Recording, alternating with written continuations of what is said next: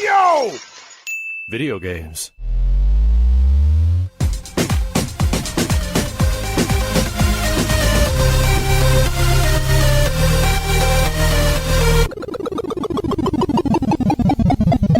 What up, dudes, and welcome back to the YoVideogames podcast. I'm Matt. And I'm Andrew. And once again, thank you to all our generous patrons who kept us going for almost 400 episodes. Yeah, we're at $3.99. This is $3.99. Right now, we're on the cusp, the tip. Yes. We're past the shaft. We're towards the bait. No, I don't know. I'm losing the plot. But if you're interested in becoming a patron at any level, please check out patreon.com/YoVideogames podcast. Dude of the week is Mike A. Thank you, Mike. And of course, we have a sponsor to thank.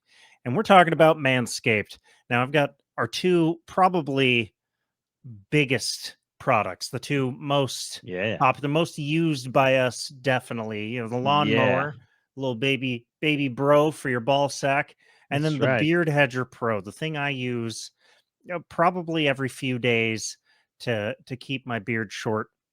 And the Beard Hedger Pro's got to be my absolute favorite product now, mostly because of this very convenient dial system that lets you adjust the guard on the fly by 0.5 millimeter, and it lets you basically very easily fade like your beard or sideburns into the side of your head. You can put some style on your face, and like we were saying with the lawnmower, if you want your shaft to look a lot taller, your tip to expand a lot wider, if you want your beard to match the drapes. That's right. Well, because the thing is, look, if you want a Duck Dynasty growing off of your chin and your ball sack, more power to you. But if you want to have a little more style, a little more grace, a little more, control over both your chin and your nutsack, then Manscaped got you covered crown to crotch right there. Yeah, maybe you want to be a real man. You want to have the ultra smooth package. You want to get rid of all the hair everywhere except on your ball sack, and then you want to braid that. You could do that with the whole line of Manscaped products. You could be truly unique. That's right. If you want your nuts to look like Mr. Bigglesworth, you can go for it. And they also make a wonderful product for cradling those gently shorn nuts. I'm talking about the boxers, which I'm wearing right now. They're super comfortable. They've been great in the summer, mostly because they are moisture wicking, and there is a lot of moisture this summer.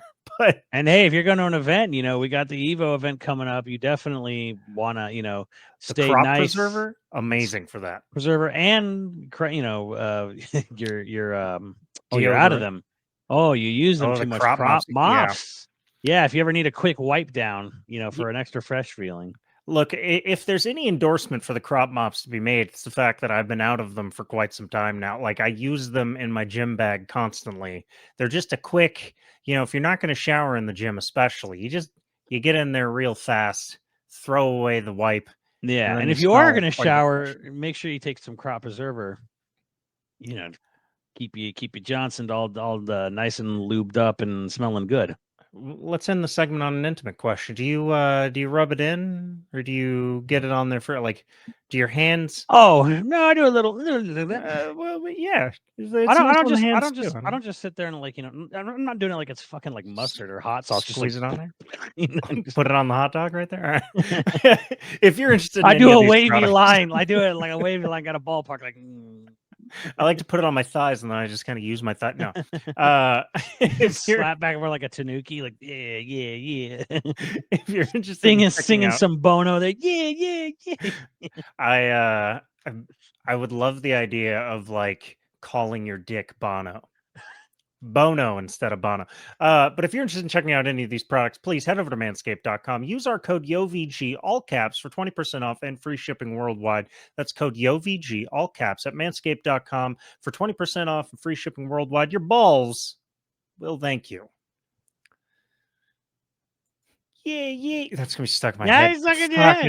God damn it. Speaking of overrated and overhated. So overrated and overhated. What is you two? Are they overrated or overhated, Andrew? Because they can be either or. It depends on the point in time. I think right now they're overrated. Oh no, they're probably overhated ever since Apple forced it to be on the phone for. Oh yeah. Well, I would say right now I don't think anyone thinks about them at all, but it's been a while. It's probably been a while. We've gone into overhate territory where it's just too easy to make fun of them. Yeah. It's too easy. I by the way, for this topic, if you haven't picked up on it, it's overrated and overhated games. We're gonna jump back and forth between them. Maybe have some surprises. I tried to stay away from ones we talk about all the time. I tried to pop out some ones that like Yeah. maybe you'll be like really like, oh, I wouldn't have expected you to defend that game, or I wouldn't have expected you to hate on that game. We'll see. Maybe there's a little surprise in here for you, huh? Gave you a little idea, baby. I don't know if I don't know how much, different I'll be about this. I think I'm gonna try. I'm gonna try. But If you bring up Kingdom Hearts, that's 1 point to me. If you bring up Kingdom Hearts even one time, I wasn't going to. Here's the thing. I'm not actually gonna bring up Kingdom Hearts or Sonic because too easy. too easy.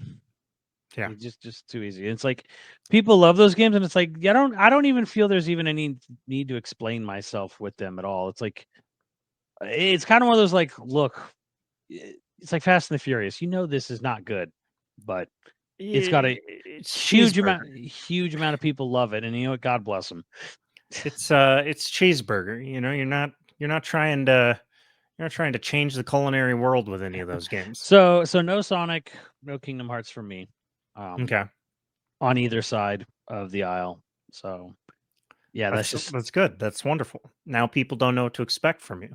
Now you're nothing but a surprise. yeah. I hope so. Yeah, Be beautiful. Would very you like to? backhanded compliment. Do you want to start on an overhated or an overrated? I'm gonna Positive go. or I'm going overrated. You have to pick it up. You have to be positive. ooh, okay, okay. I could do Unless that. you want to go first for overrated. No, I'll go first for overhated. All right, so I'm going to kick this off right now. Overrated. Now, there's two types of overrated. There's sort of like there's critical and commercial, or I guess you could say like what is the consensus amongst the game reviewer, the journalism, or the actual what is the general public discourse online Right, amongst people who paid for their video game.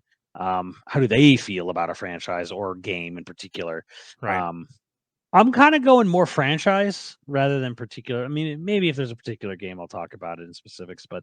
Um, but like, yeah, I'll say like overrated is Final Fantasy.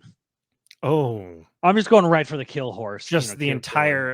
entire The series. franchise as a whole, I believe, is overrated, and I feel it's only overrated in the sense that everyone knows it's like the prestige RPG Right. franchise, right? Okay. Okay. The problem is that there are better RPG franchises out there than it. And I'm not even saying Final Fantasy is bad. I'm saying it's overrated in the sense that like there are better franchises out there, but most people don't even know this because people just don't really break away from Final Fantasy that much. Most people just never dabbled in other better games in the genre. And two of So the most fun Final Fantasy games aren't even mainline. right. So there's also that aspect where it's like, okay, well, like Tactics is one of the Yeah, best Final Fantasy. Tactics, Everyone says that, and they're not wrong, Crystal but Chronicles. It's just a no. dumb fun game. Mm, Like the DS Crystal Chronicles, this is very fun. But it's not like it didn't need to be a Final Fantasy game to be fun. yeah, okay, maybe the DS because there's two DS ones. And I can kind of maybe say that because I think the DS ones got rid of the bucket bitch system. Yeah, Um, you don't have to carry. Yeah, a stupid bucket because the first right. Crystal Chronicles like, well, that's not so bad. You put it down. No, it's stupid. No, it's dumb and I hate it. No, it's fucking dumb. It's just fucking dumb. And here's the thing, like Final Fantasy is like it's again always prestige, but it's never. I don't think it's as good as some of the best of the other stuff. And I guess sort of like let's sort of like take a broad strokes look at this. Like 5 has this really cool job class system. So Final Fantasy introduces job. Mhm. That story is fucking throwaway as fuck. Like the main character Butts or Barts in English, but his name is Butts in Japanese. Huh. Yeah. Like it's just I get it. It's a very classic throwback. Hey, we stopped the crystals and saved the world, kind of whatever. Nah. 6 and 7 are great. 6 and 7 are amazing. 8's not good. 8 is a highly produced mess. How dare you, Squall? Which will be a running theme for the franchise. 9 is pretty good. I would even say 9 is on the cusp of greatness, but like the 9 is my brother's favorite, it turns out. The last few hours of 9, I feel, are kind of like it stumbles real hard at the end. Everyone loves 10 because everyone now it was a fucking kid or teenager, and it was the first Final Fantasy they played. But like the story is and characters are like I told this to Max recently on our stream. I'm like, can you remember the character arc of any character besides Yuna and Tidus? No, you can't. And they're like, tell me about Auron. Like, Auron's cool. He's the father-ish figure. I'm like, people thirst Auron, but like, does anyone who doesn't play that game yearly or whatever, does anyone remember what Auron is or does in that game? No. Now that I think about it, like most Final Fantasies outside of 7, I mean, and obviously 6, Yeah. which is really 3, like that one's got a memorable few moments, but like outside of 7, I don't really remember a ton of Final Fantasy 7 plot point or Final Fantasy plot points, right? Generally, 12 is the same deal. 12 16 is like, I just played, so I feel like that's cheating to right. say. And like because here's the thing, very like, good. There is not a Final Fantasy since 7 that feels like everything either hit everything was amazing or everything hit the mark really well. Right? Like I don't think there's been a Final Fantasy since 7 that has been as good as 7 and hit everything, because 16 right now, where we're at now, is like it's carried heavily by its combat system, and most of the other mechanics of 16 are okay at best. And what's an example of a mechanic in 16 that you're like is okay at best, maybe bad? It may be bad. The side questing. Okay. Basically, a lot of it is just like, go here, talk to this guy, and then talk back to this guy, and then come back and talk to me. They hide a lot of like emotional stuff in the side questing that and obviously like you can get special equipment or little things from the plus stuff, but like they're not really great. And then every so often they'll hide something that feels critically important lore wise in one, and then for some reason, like your chocobo. Yeah, like your fucking chocobo. That's a big one. Yeah. 16 has this problem too, where the pacing is kind of awful. Like you're told about things happening or things being important, and that's it. You're told. It's like you don't have the emotional weight that like a character, because the one who gets shit on a lot, rightfully so, is like the way they handle Jill in the game. And I'm like, yeah, Jill's this tragic character because we're told she's a tragic character. And like even when you go back to like where Jill was, the Iron Kingdom, where Jill had to was forced to slave labor in or whatever. You go to a dungeon, you go to a volcano, you kill a dude, kill the bad dude, and that's fucking it. Yeah, and it's mostly like, just stop complaining now. Fine, I killed them. Well, no, it's true. It's just kind of like, okay, we don't really we don't go through any sort of like journey. We don't really they don't do like a big flashback. They don't even do like a cutscene, kind of like showing the hardships that like Jill went through or whatever, right? It's like, no, you find her, as an adult, you save her, and then she's like, they made me do terrible things. That's bad. Yeah. Now you got to go kill their cult leader. Yeah. Right. Cool. Clive, you wouldn't understand. I was like a slave. Clyde's like, yeah, I wouldn't understand that. That's exactly what happens to Clive. I know. I know it's his whole story, but it's no, that's fair. In hindsight, like they kind of try, like they try to push the the sympathy angle, because you go into like that kitchen area and there's all the other women like panicking, and she tells them to escape and flee, and I'm so glad you're alive. I'm so glad you made it. Blah blah blah. And that's the extent of it. It's like that's the most you get to see. Like, oh, like this was like Jill talking to someone who went through like being a slave with her, kind of thing, for like one brief moment. Again, the rest of it is just, I'm told this is bad. This is what's happening. And none of those people come back to the hideout or anything. Yeah, they don't. Like, it doesn't continue on, right? Like, it doesn't have like, oh, well, we talked to this character, and like, So yeah, in general, and 15's a fucking mess. As well, like that's a well documented mess. 13's a fucking mess, well documented mess. Like these games are like the original 14 is a fucking mess. It's obviously it's good now, but it was such a fucking disaster. They had to immediately remake a game upon releasing it, in its entirety. So the franchise to me is like it's you're not going to get a bad game generally, except for like 13. Like you're not going to get a bad game when you buy Final Fantasy. But I don't think you're not getting the highest quality, RPG, JRPG game in the subgenre now. I don't think it has that mantle. Like they've rested on their laurels too many times now. So Well, I think it's just the one thing I'll give, and I give credit to Final Fantasy for one thing, and that is that they always try to mix it up, right? Like the battle systems, generally speaking, do not stay the same. Like the battle system of 8 plays nothing like 7 play. In 9 is kind of a throwback, but then 10 is like its own unique thing, and then they're 12 is constantly very trying to right. push it. 12 is very different. 13 is its own kind of thing. 15 is its own shitty action RPG, and 16 is a good action RPG. They're pushing it, right? They're mixing it up. I give it credit for that. But I don't think shit comes together in these games.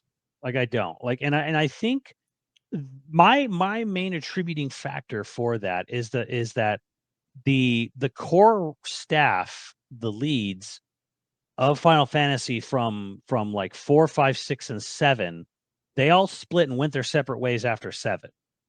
And different RPG franchises were founded and started and kind of like things kind of like diverged from there. And I think it's much like, say you have, the Bulls in the 90s, or like, the Lakers in whatever years they were good. I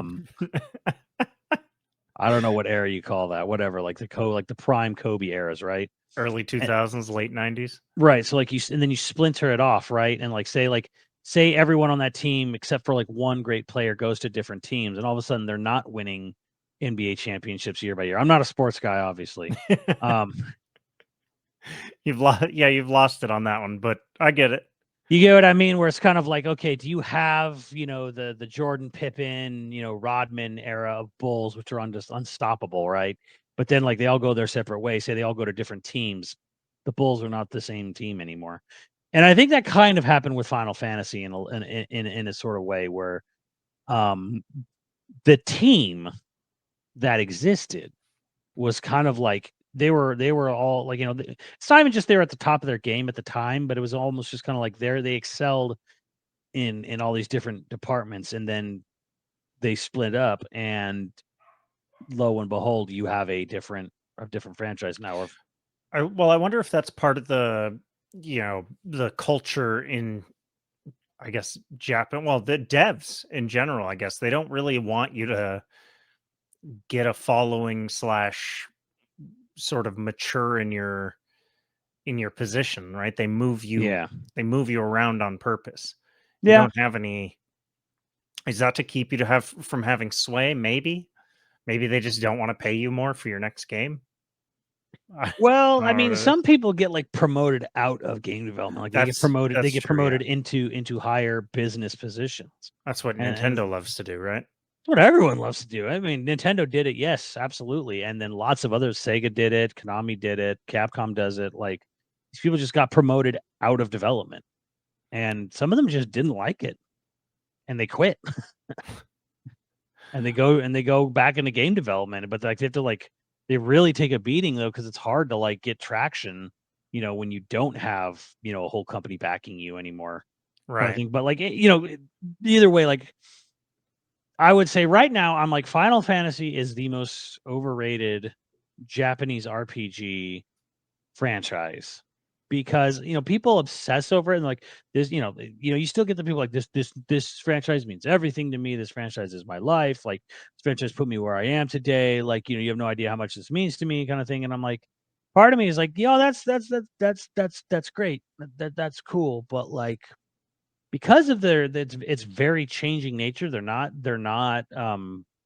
They don't follow the same plot, universe, characters. It's like the franchise can swing and miss a lot, like, or not even a lot, but like it can bounce back and forth even if you want to be generous.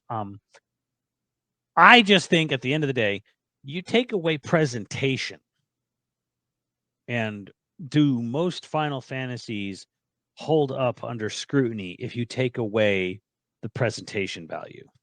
I can 'Cause feel the rage building. Because to me, in a way, they're very much fucking tentpole movies. Like for the Right. genre, they are basically Marvel films. Yeah. Where like some of them are great, yes, but like some of them are like you take away the 150, $200 million budgets behind them, and then what do you have as a film?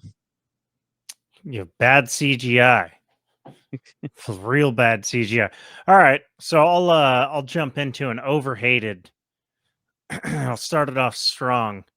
I don't have a ton to present as evidence, but Skyward Sword is overhated. No, it's not. Of all the Zeldas, it gets overhated No, it doesn't. because Fujibayashi's a jackass. Okay, are the controls crap? Yes, but anybody that like tries to list like the story is the main reason that Skyward Sword is crap.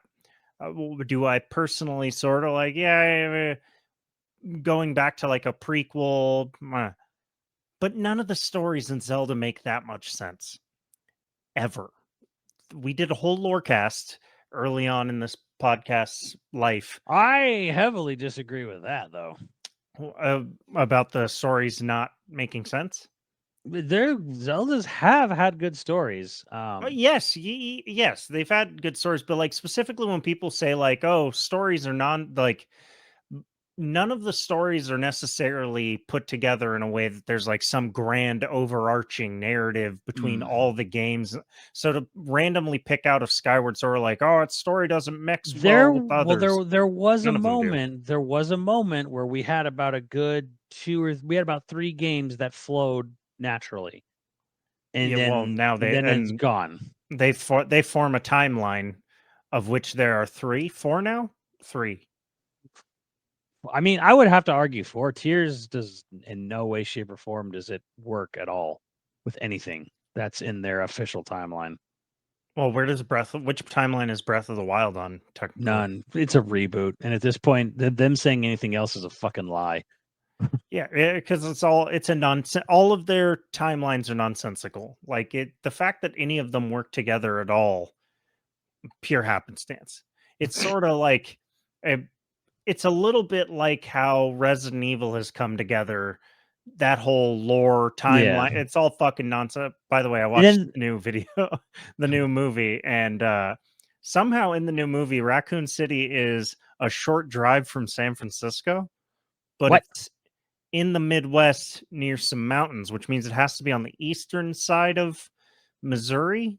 Japan has no idea about the geography of America, do they? Just a quick, just a quick 3-day drive. Fuck. Wait, what? Did they say it was within hours of driving east of San Francisco? That doesn't. No, they implied like in the beginning, 2 umbrella mercenaries are talking about like they were about to have a night on the town in San Francisco, and now instead they're spending the night in Raccoon City. It's like this weird implication that like they got diverted from having a night out on the town in San Francisco where they totally love it and where they're actually based to have to go to like Podunk, Missouri, or Raccoon City, wherever the fuck that is, in the back of this truck. And they pull up in a truck like, So they didn't fly. no, it's implied that they drove from San Francisco to Raccoon City, and it happened in one night. Like it is now. Yeah, So I'm sure somebody's going to argue like, "Oh, they never actually say that." Okay, yeah, you're right. They were in the truck for 3 days. Zero indication of the size of America. Okay, Is weird and wild, and it just I don't whatever. But the point is like none of those games were ever I would even say none of the Zelda games were necessarily made with the idea that there would definitely be a game coming after it. You know, like they didn't absolutely know, and so they didn't have any overarching connecting story. They weren't trying to build a franchise when they were making these games. They were trying to make the best game they could with the hopes that, yeah, maybe we'll make another game, but no cliffhangers, right? They don't want that shit. And so all I'm arguing is that Skyward Sword is overhated, even by us, purely because it's not like it's in terms of story, especially, like it's not that that out of left field. I would say that the controls might be. I would say the story in game is fuck awful as well. Like, if you knew nothing of the other games and you just played the game and you only looked at the story of that game on its own, I would say it's dumb as shit. And I'm gonna have to admit that I haven't played it since it first came out. So it's the beginning, and they do this too because this is like a trait of Fujibayashi. He comes up with like these weird plot, like game plot relevant things, and it's kind of like you take 2 seconds. You're like, wait, why is it that way? I won't get into too much specifics, but there's this thing where it's like the beginning of the game. There was like, hey, there was the Triforce, and then one day, demons burst forth from a hole in the ground, and so to protect the Triforce from being captured by demons, the goddess Hylia lifted the Triforce into the sky, out of the demon's reach. So problem solved, I guess.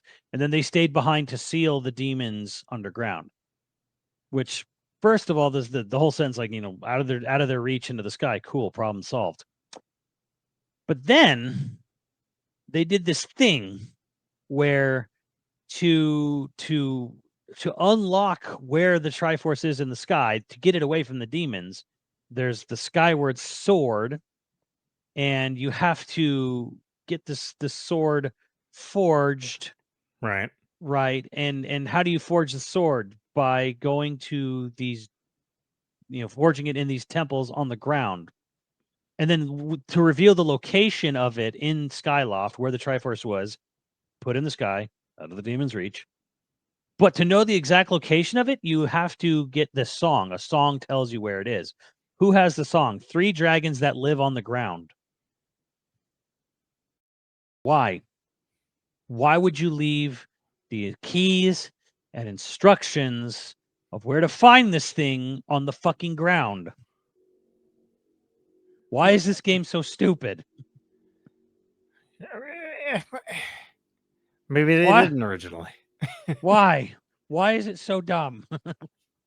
But that is my overhated entry. And there's other time travel shenanigans. It's just like, why? Why are you so dumb? Like, why is this so dumb? Like, 2 seconds of thought seems so fucking weird. Like, also, like, Tears of the Kingdom continues this trend real bad too, by the way.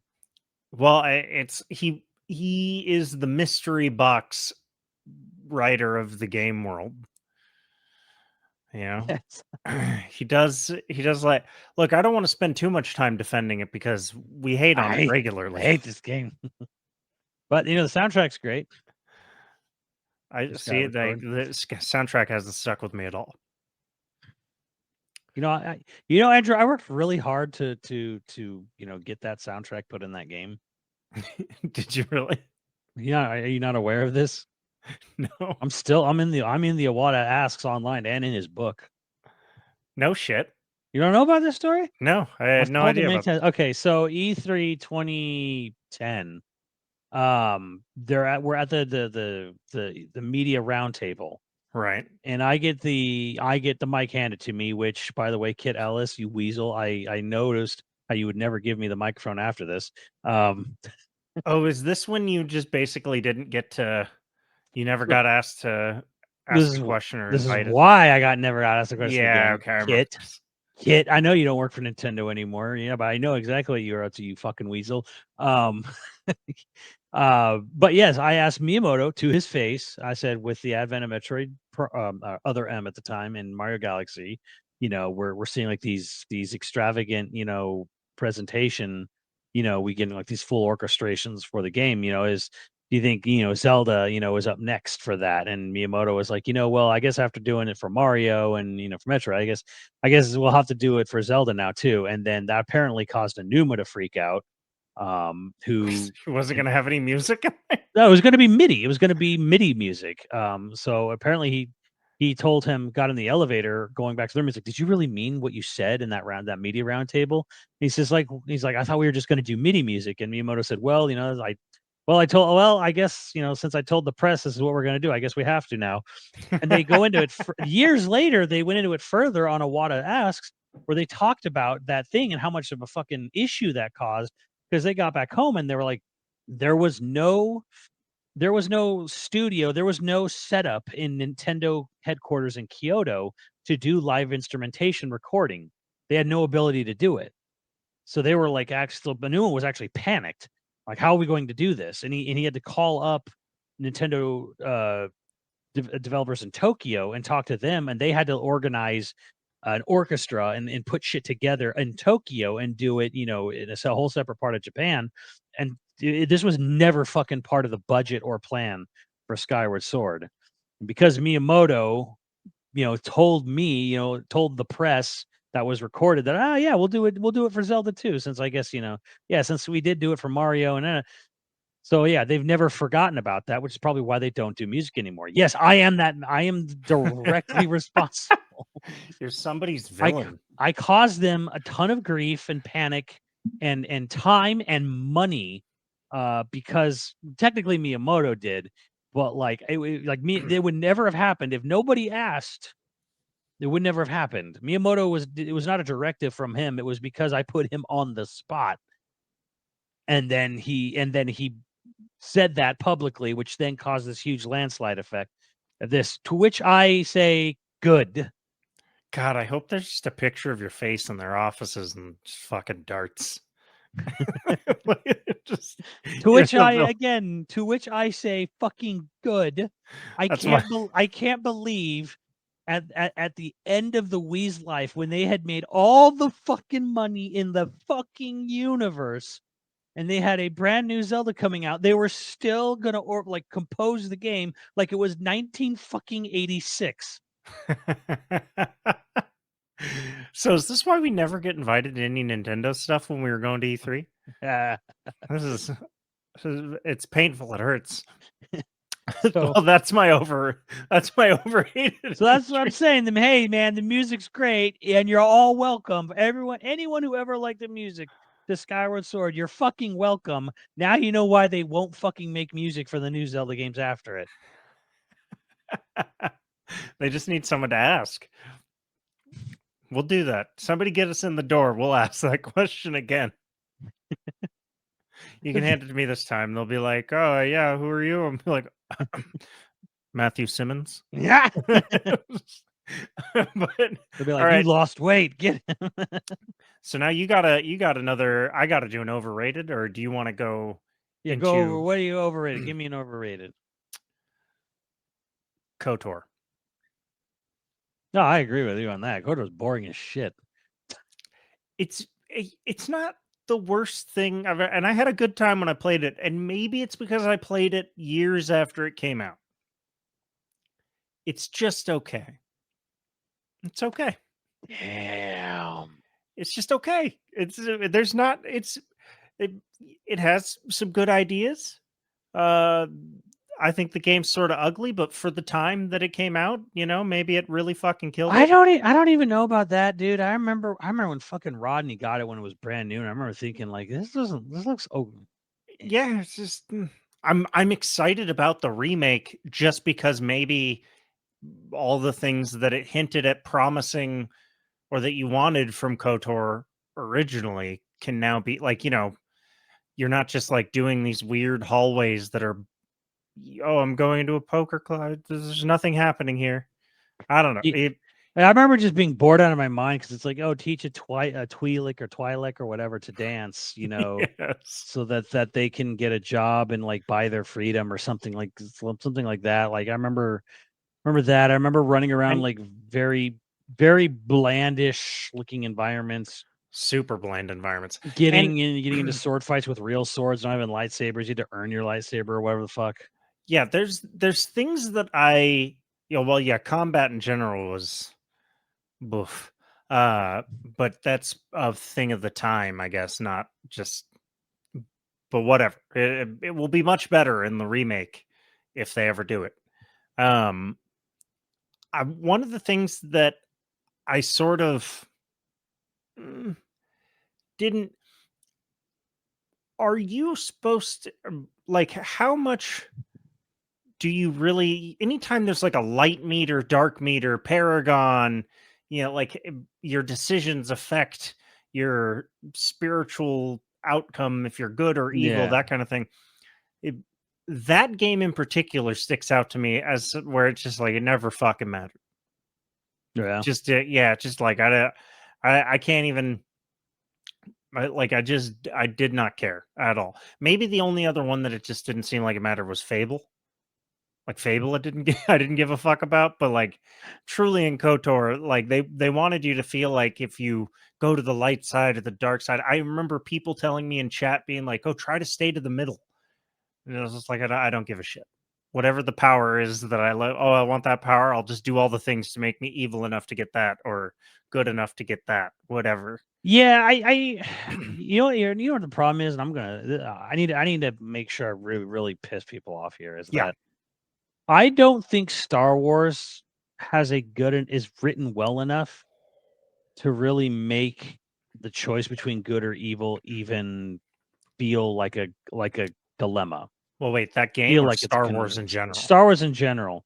Um Jedi and Sith is fucking bizarre to me. Like the way because like they try to first it goes like, oh, it tries to be very black and white with it, and Mhm. then you think about some of the things about the Jedi where it's like, well, wait a minute, this sounds actually really terrible, but like for some reason it's not. Where it's like, in the Star Wars universe, if you have a force sensitive child, you're supposed to send them off to this weird cult, Mhm. this weird sexless cult that doesn't allow them to fall in love or to ever do anything like that. Would you rather send your child to a sex cult? No, I'm just saying, like, why would you send them off to be okay? Oh, you have this strange gift. You might now remain abstinent, never fall in love, Become a priest. suppress your emotions, and then go do the bidding of all these other politicians, in this major city. Like, That's why the Sith became the Sith. and They for just wanted to be some let into reason, fuck. this is really supposed to like wait, what? And the Sith is all like, oh, it's just the absolutes, and like can we go back to episode 1 and talk about the fact that, like, okay, Qui-Gon he needs a hyperdrive unit to get off Tatooine. So he goes to Watto and he tells him, I need a hyperdrive unit. I have this Republic credits.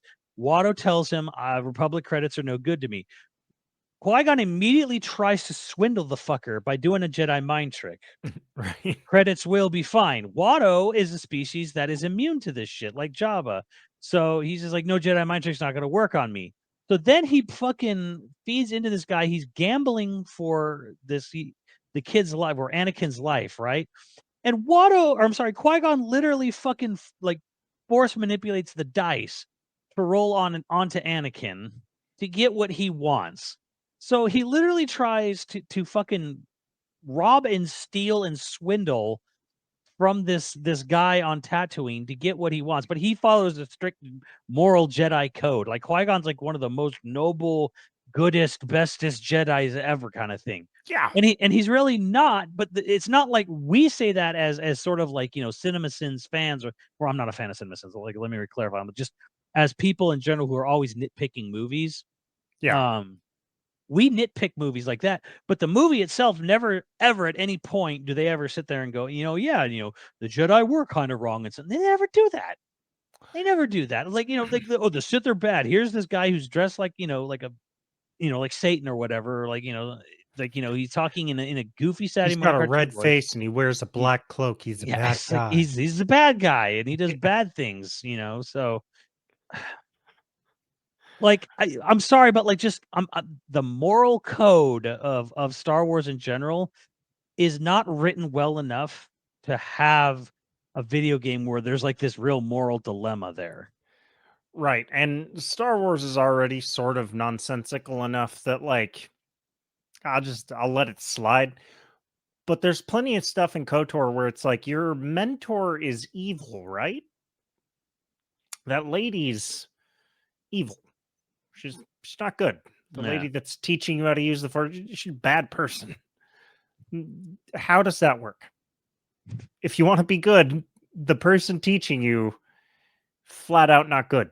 Yeah, like the thing is No. I think the problem with Star Wars is like it tries to be deep and it's fucking not. Yeah, no. The more you read into it, the worse person you are. Like it's just kind of shallow. Yeah. And any attempt to try to make it, a tale of good versus evil, honestly, just kind of always comes off being kind of like stupid in a way. The problem is like you want to have intergalactic politics. You want to have this big space opera and stuff, and then you want to have this very very simplistic, good versus evil, good knights versus bad knights kind of thing, and it doesn't fucking work. You cannot have a you cannot have inner world, inner galaxy, politics the way it does, and then try to have like a good versus evil space wizards in between kind of thing. It's nuts and gum, and there I'll say it right there. I'm basically saying Star Wars is overrated, I guess. I mean, really going for the controversy there. I just wanted to say that this beloved game is fine. And I agree with you in a sense where I'm like, I don't think the game's necessarily bad. I just think it's kind of boring. Yeah, I got that's. I have one that'll make you more angry, possibly, but rile you up. I'm only here to rile you up. All right, what's your overhated game? Well, I think it's an overhated game. Here's a weird one. And maybe it's more genre, but like I'll start with just the game itself. Yooka-Laylee. Like people kind of got shit upon a lot by the critical community.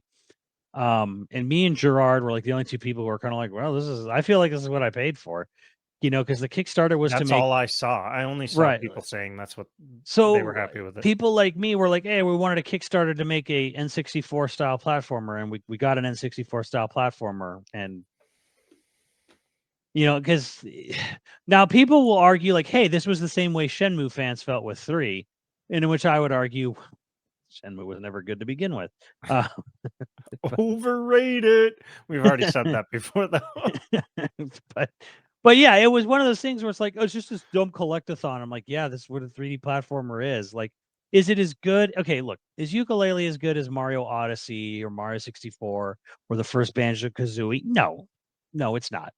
It's made by half the amount of people that made the first Banjo with probably half the budget, of Banjo-Kazooie even or something. So it wasn't a high budget game. It wasn't, a high staff game, but it was pretty much what we wanted for those of us who wanted it.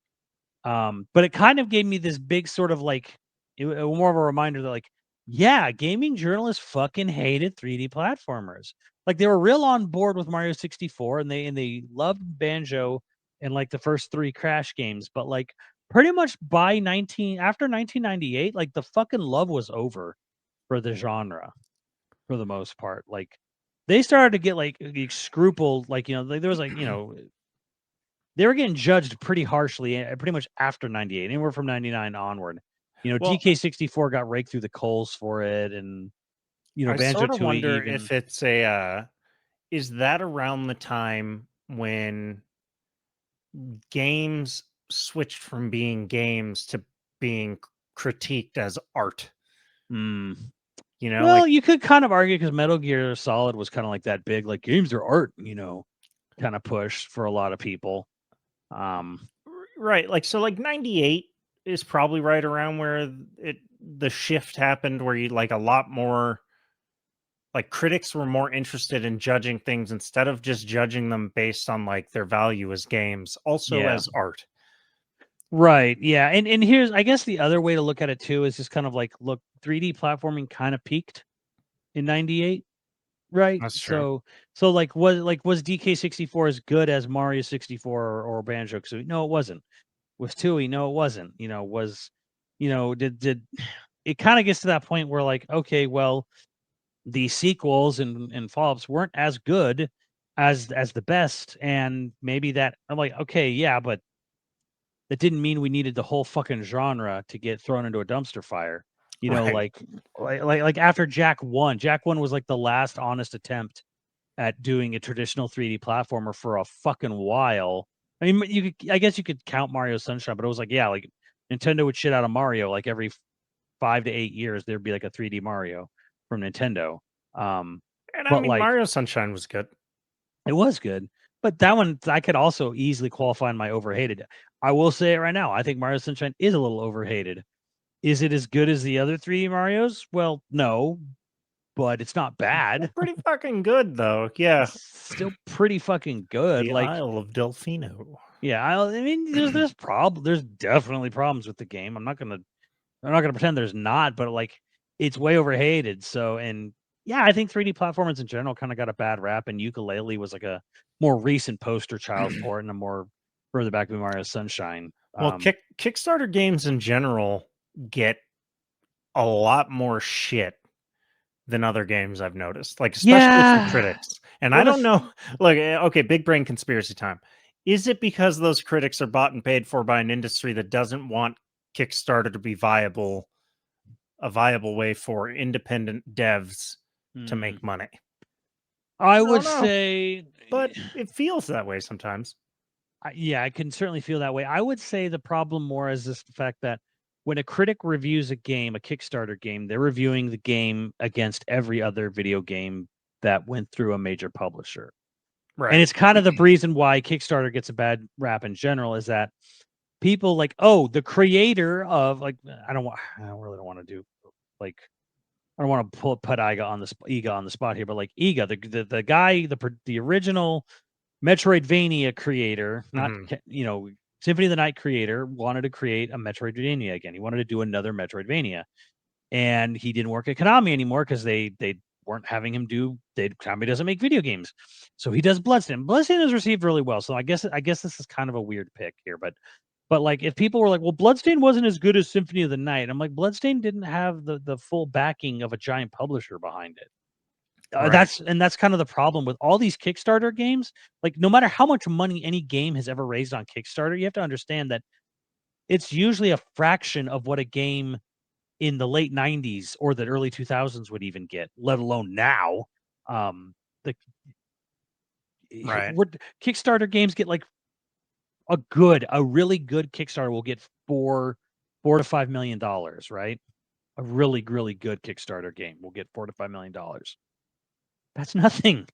Yeah. That's nothing. That's like that is a minuscule amount of money for people to make a video game, and have it with, it has to be a tiny amount of people and a short amount of time have to put something together, because the money raised on a Kickstarter is just not enough. So it is, and reviewers are like, okay, so a Bloodstained comes out and Bloodstained gets reviewed against something like Symphony of the Night, or something, maybe even something like Ori. Well, I mean, it's a bad example, but like, yeah, like something that has the take backing, of a major publisher. So it's like they need to take that mainstream critic hat off and put on a purely indie hat. I mean, indie games in general get shit on in the same way as Kickstarter games. And you have to sit there and wonder. I'm like, okay, like there should be context for this, but then there is an argument to be made. I'm like, look, it's my money.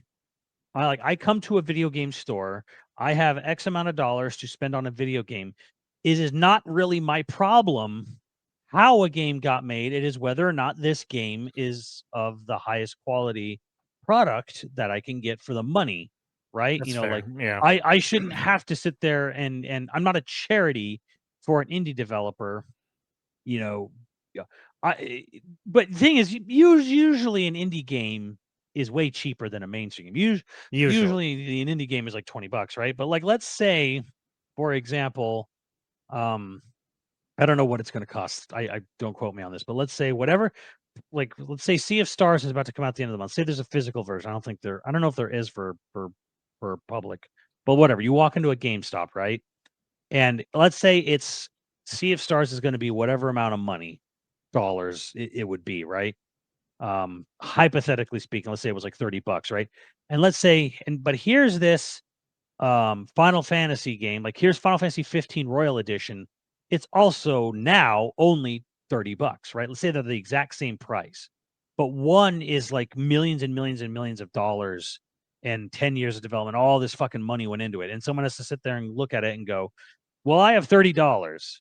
Do I buy the short, the short retro styled indie RPG, or do I buy this big fancy RPG that's on sale that's maybe a year old, many years old at this point? Like, don't take the exact games I use as an example. Just roll with me here, right? Right. It is an obvious choice about what you're going to pick, and that is unfortunate.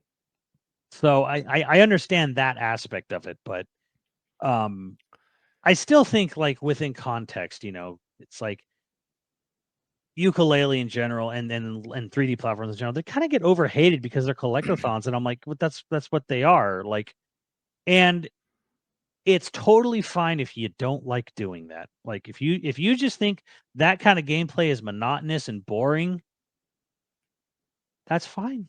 That's fine. But for people who like that shit, it's like, we like collecting shit. That's what we like doing. They're big Easter egg hunts. Yes, that's what fans of the genre like. That's what fans want. Not a big fan of fetch quests in general, and I collectathons are don't just like one big fetch quest. Yeah, well, I don't like going here. Talk to this guy to go over here. Tells you where to go. You Right. go over there. I go do this. Go get me this. I don't like, and I don't like bringing shit back to people. Mhm. I usually like it where it's just kind of like, here's this map, and shit is hidden in this map. Go find it. Fair. Yeah. Um, we're getting close to the end of the episode, and part of me wants to say an overrated game, because I know this is one that I think will be surprising for me to say, Yeah, go and for it. also will maybe shock you, maybe make you want to argue. Overrated. Yeah, this is an overrated game, not an overhated game. I have an overhated game too that we can talk All right, about. well, go for it. Overrated game, Modern Warfare 2. The original or the 2019? The original. The way back. 2009 one. Yeah. Uh-huh. Modern Warfare 2 is overrated. Yes. Really? You agree with me? I do. I thought you were going to fucking disagree with me hard. I don't think Everybody loves that fucking game. I don't think the maps were as good as COD 4. Thank you. All right, well, fine. Every time I get into this goddamn, like, I'll say that, and then somebody will be like, "What are you talking about? It's the greatest one ever made." People were just people were so much on the fucking hype juice for that game that I feel like people kind of ignored the problems. It was a major turning point in in the maps being meh. It was. I would say the maps were the least clean if you were going to compare them, or they were less clean than the Call of Duty 4 maps. Like, Call of Duty 4 had very clean, like, you could learn those maps, and they never really got boring because everybody learned the maps. Fucking, I think mostly it's Modern Warfare 2 introduced verticality. Modern Warfare 2 tried to overcorrect things people complained about in COD 4. Right. And a then lot also of a lot of that being like streaks. taking away the 3-lane system. And trying to overcorrect on it, and trying to always have, like, well, there's an answer for every choke point, like, no, that sucks. like, Modern Warfare 2 did not have as good of maps. The campaign being halfway done and incomplete was unsatisfying. It wasn't as good of a campaign. Ramirez do everything was not fun. Ramirez, get to Burger Town. Ramirez, get that thing online. Ramirez, get that rocket launcher. Ramirez, like, look, Keith David, love you, man, but Jesus Christ, like, the design of this, some of the campaign shit, it's like, and then honestly, the kill, like, this is something like Max would vehemently disagree with me. I don't like the fact that kill streaks became so fucking good. Yeah, same. In the game, I think it kind of ruined the purity of the gameplay. Yeah, kill streaks made the game. Kill streaks becoming the point of the game ruined the game. Also, I would argue that Modern Warfare 2's guns, some of the least memorable. Right. Now, I will say this. At least the one thing Modern Warfare 2 had that other CODs after it didn't have was how good fly swatters were. Yeah, well, so yeah, they had a really hard answer to people who spammed attack choppers and Harrier strikes or whatever. Mhm. So there was a really hard counter. You could always have a secondary, javelin to Mhm. target that, and I enjoyed that because that let me ruin people's fucking day. But again, then that got overcorrected because they're like, well, we don't want people to be able to stuff a dude's kill streak so easily. He earned that kill. Right. No, like Fuck Modern Warfare 2 started introducing problems that needed to be constantly overcorrected. And the net code wasn't as good in Modern Warfare 2 as it was in COD 4. You may not remember this going way back when, but it was dirt fucking easy for me to always just jump into someone's game. Modern Warfare 2, suddenly my nat type was important. I never fucking right. Yeah, that was annoying. never fucking once in COD 4 did I ever have to sit there and wonder what's my nat type. I actually know the answer to this. It's because COD 4 ran on Microsoft servers. By Modern Warfare 2 onward, they were running on Demonware servers. Which are big piles of shit. And it has never been as stable. It has never been as easy to connect to people. It's never been as good. So Isn't Modern Warfare 2, that's where they started doing the like it was way more complicated to unlock guns and yes, yeah, there's COD 4 all the way. My nostalgia floats me high on that. Damn, I think really thought you were going to be like, no, Modern Warfare so 2 many people hold Modern Warfare 2 up as the pinnacle, and I'm like, I don't because understand. everyone was so goddamn, including us, were so goddamn hyped for that game when it came out. We got it early, remember, Yeah. from a game store, and Activision was trying to badger people. Like they were trying to like get into people's bags, see what they were buying. And I was hearing that, I was like, I would have taken a fucking brick to this Activision employee's face, which in hindsight would probably be a morally good thing. But Depending on what level they were. All right, well, so mine was not as controversial as I thought it was going to be. not for me, Maybe I anyways. should have just said Black Ops sucks. Um, Had even worse maps. it did have worse There was maps. like Black Ops 2 is undeniably good, though. Lops 1 had like 3 good maps. Yeah, but you can't even really remember them that much. It's jungle, grid, and there's one more, I think. Right, but you just sort of can't remember them that clearly. Like, it's just that No, it I all don't. becomes a jumble. Black Ops 2 was really good, but same problem. Like Black Ops 2 is a 3-legged table where everything works but the online, right. which means it doesn't matter. All right, then close us out on something. Do you want to do I think overrated or overhated? you have to say one more overhated because I did 2 in a row and you got to do 2 in a row. All right, I feel like everybody thought I was going to bring up Last of Us 2 as my overhated. So did I, in which I would also disagree with. I'm like, nah. But I'm not going to because I feel like we've talked about that enough. It's overhated for the wrong reasons. I know Maybe. you won't agree with me on that, but I'll say this. The problem with Last of Us 2 has nothing to do with any sort of chud misogynistic small penis syndrome. Has nothing to do with any of that. No, people just didn't really got attached to a character, and I think especially when it's a central core plot point of the game to kill them, I'm all about that. Kill a character. I'm whatever about all of that. Like my problems with Last of Us 2 were just mostly just fucking length, and I don't think Naughty Dog does very good third person shooting. They never have. Yeah, I don't know. It's pretty good in Last of Us 2. You can get pretty brutal and chain some like really cool. Like if you want to go full John Wick in Last of Us 2, you can. Maybe one day I'll actually fucking sit down and play because I went through all of 1 and I was like, this is just average as fuck. Like I think the gameplay in 2 is much better than 1 was. Because I felt like the shooting and the stealth was just fucking painfully average. It just looked really good. In like Last of Us 2, you can do like look up videos of people doing like quick runs on certain gunfights and stuff, and you can see them chaining like where they'll shoot guys' legs out from them. Literally their legs will blow off, and as the guy's falling, you can turn and like use a different, you can John Wick your way through the game if you want. Interesting. I like Yeah, doing well, stealth and mixed with I stuff. know we even got told at an Evo panel. They're like, you got to play Last of Us 1 on survival mode. I'm like, I'm not playing it on some fucking like European extreme difficulty to get the authentic experience out of a game. No, like I don't feel that. I don't feel that that countered my argument for the gameplay in one at all. I felt like if anything, it just supported it by saying like you hit it behind the hardest fucking difficulty mode.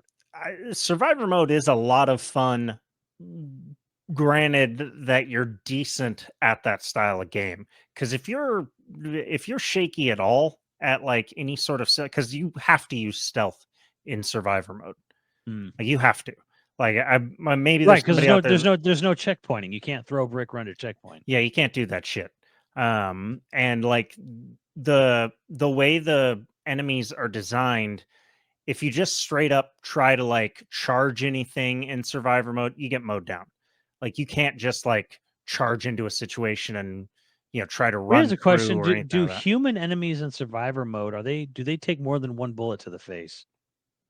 No, I don't think they ever take more than one bullet to the face. Because I was gonna say like Heads pop. I hate in a video game where it's like you have a gun or whatever and it's a completely human opponent. You shoot him in the face, he goes ow, and then he's just like raises his gun and shoots you. Like, excuse me. Maybe I'm not remembering right, but I don't think in any of the different difficulty modes, if you shoot a person in the face, they don't just die. Yeah. Like if you shoot a guy in the face, dead. But the funny thing is because like RE4 totally does this, but I'm like, yeah, Yes. but RE4 is They're zombies. there's a parasite on their spine. That's what's controlling them, not the face. Right. Yeah. But that wasn't even my overhated. I'm not, that's not even. What is your overhated? Battlefield 2042. Is that the most? That's the most recent one. Yeah, it got like shitloads of hate. I got it when it first came out, and it was fine. I stopped playing it just because it was sort of fine. It got loads of hate as though it was like this super junk trash machine, but I never really had any problems with that. My biggest complaint about the game that I think is totally legitimate is the maps are bland. Whereas in Battlefield 4 and Battlefield 3 and like Bad Company 2, which I think I think it's Bad Company 2 is the best one they've done so far, in my opinion. What everyone's favorite is, so I'm assuming yes. So in those other games, like in my opinion, the maps were one, you could learn them, but two, were more memorable. In 2042, all the maps are like really big, really wide open, and mostly forgettable. Like they're mostly just like, here's a clean city. Here's a very clean park. Here's a muddy like beach area-ish with like, yeah, there's a cargo ship, but really the cargo ship's just a bunch of containers and two big staircases. There's like no character. That's my biggest complaint. But overall, like the gunplay is pretty standard good for Battlefield. I would argue that no Battlefield ever had a truly good or bad gun. They were all pretty much like they all did basically the same damage. Some of the sniper rifles were a little bit better, but like, as someone who hasn't played the game at all, I really feel you when you say like the maps were just not that interesting. Guns can be guns too, like honestly, because like it's just not. I think the weather effects on the maps were pretty fucking cool. I just think that that's not what people gave a shit about. If you're gonna make a shooter and you're gonna make a big war game, like and map design is hard in general, and I don't think Yeah. people appreciate it enough when something does it well. Well, when it's done well, it shouldn't be noticeable in a way. Like you shouldn't think if you think It should about be. the map, I think it's noticeable in Yeah. hindsight. Like Right. when I think back to COD 4, man, COD 4 had so many great maps, and it's like, yeah, it Right. really did. They did a really good job on that. all the I way think- up until they released Chinatown, and then they really fucked up. Well, it's funny because I never even bought the DLC because I was like, at the time I was poor, Yeah, and I was like, it was like $15 or something. I was like, fuck, I don't want to pay $15 for three maps. 3 maps. That's a lot, man. It still is a lot when you really think about it. Like it's Yeah. actually outrageously expensive when you really think about it, even now. And you all bought them, right? And I remember like the immediate response from all of you was like, Uninstall.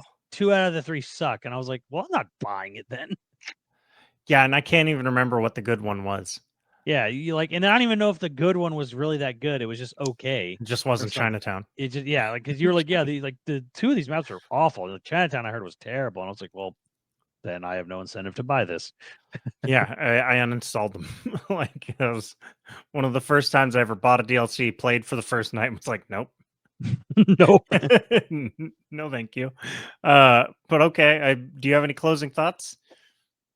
I mean, we did do an interview, or not an interview. We did do an episode recently about, just try to enjoy some shit. And here we are talking about overrated stuff. And I think really, if anything, like for me, when I say like Final Fantasy is overrated, I'm just saying, please fucking try some other games in the genre. Don't let Final Fantasy be the only thing you play, right? Right. And I don't even know what else I was gonna say for overrated, but like, for overhated on 3D platformers is kind of like, yeah, just if you don't gel with the genre, don't play any more of them. Yeah, well, I guess like if you don't don't bother. understand, if you don't understand that the topic is purely for fun, and like I don't want to try and convince you not to play something. I Right. was thinking about this the other day too, where I was just like, one of the worst things I could think of is if like me making jokes about a game made someone hate rather than like try it, especially if it's on like Game Pass. Like you see Yeah. something that interests you, don't take my word for it. Fucking try that game. Yeah, like Like just I do it. will I Yeah. will never truly understand um anyone's fascination with Persona. But Well, yeah. if you got Game Pass, why not fucking play it? See what you think. A lot of people really like it. To me, it's like it looks like people like kicking each other in the balls for fun, and I'm like, I don't get you people. But Really, it's just the only games that I can think of that are just really just you don't need to try. Yeah, you can just trust me on it is anything by David Cage. Not once. Not once. I haven't done Dave, Detroit.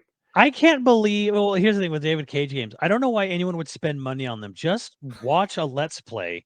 Just watch us content creators take the bullet on that one, because I guarantee you the commentary that comes with the gameplay from us will be as valuable or more than the actual content of the game. I played Beyond Two Souls and someone was like, "Oh, thank God, I never wanted to play this game, but watching you play it'll be worth it."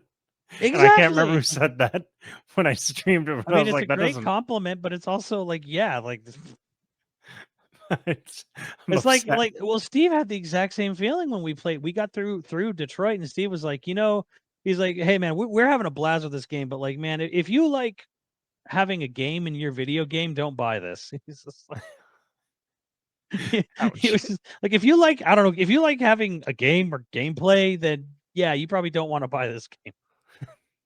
And that's Steve saying that, and he That was loves that type of shit. loves presentation and story, but even he was like, there's no fucking game here. Like, On that note, we've got some patrons to thank. If you're interested in becoming a patron at any level, please check out patreon.com/YoVideogames podcast. Dude of the week was Mike A. Thank you, Mike A. And our producers for this episode are Mutton Chops Johnson, the Pink Hammer, the Schmidt One, Screwnami, Karoy35, Hyper Viper 89, Ziggy Z, and Online Persona. Thank you, dudes. We'll catch you next time. later, dudes.